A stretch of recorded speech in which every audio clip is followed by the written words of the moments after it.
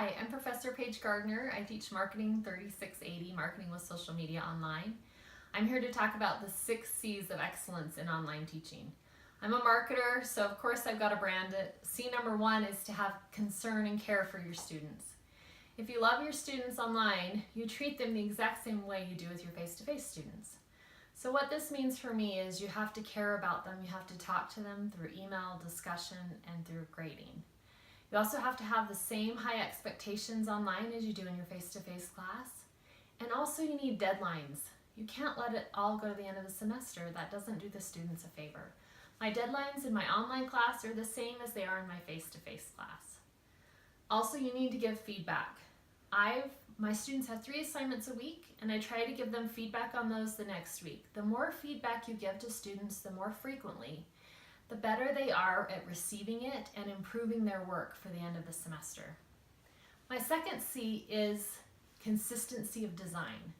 This means you have to build your modules the same. So my class is designed with 16 weeks, and within every week the modules are the same in the same order. I use the same words and the same lexicon. So hopefully after the first week or 2, we remove any technology barriers that Canvas may have because it's such a frequent, comfortable environment that they're familiar with. Also, instead of having long videos, I've divided my videos up into 2 videos every week. So they usually see a lecture video and a tech video. They're in the same location in Canvas, and I really feel like this consistency helps students to feel comfortable in the class and helps to build their confidence. Another thing I do is provide examples of the assignments. So if there are any questions, they can go and look at what students in the past have done. And that's really helpful. So that's the second C. The third C I have is communication. In an online class, you have to communicate a lot more than you do in a face-to-face class. So the first 10 days of class, I send them an announcement every single day. So what I've done is I've compiled questions that students have in the past, and in every single announcement, I'll cover 2 or 3 of those questions. And even though that list is pretty exhaustive, every year I still get new questions that I add to it. I try to be as helpful to the students as I can through these announcements. Another thing I do is after the first week, I check on students who haven't logged in or turned anything in yet to see what's going on. Try to help them get out of the class if they need to drop it, or to help them get started if they're scared. Another thing I do is if there are emergencies or current events going on, I try to be sensitive to that. Last fall we had the fires that most of us as faculty were dealing with here in the Valley. So what I did for those students is I sent them continuous emails saying, if you need help, reach out to me. The students who were affected by the fire, I extended deadlines, I tried to check on them. I tried to assure them and work with them that we'd make it through this situation together. Another thing I try to do is make my emails fun, show a little bit of my personality, and also I try to still give them valuable information and kind of be serious and professional.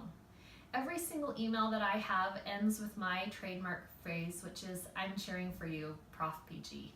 I really want students to know that I care about them and that I'm on their side. The last thing I do to communicate with them is I send them my cell phone number and my office number, and I tell them to call it at any time. And it's really funny to get a call from a student because they're always surprised when I actually pick it up on a Saturday night when they're in trouble. I think they think they're going to get my voicemail and they're going to leave me a message. But I've really found that this removes any barriers in communication by just giving them that number. It helps. So the next thing I do is try to create community with discussions. Students do blog discussions all semester long, and then they peer review each other's blogs. The 5th C is content. I try to make this class as relevant and as current as I can. This last year, I implemented a social media simulation where students can buy Facebook and Instagram ads, and it's really made the class a lot more fun.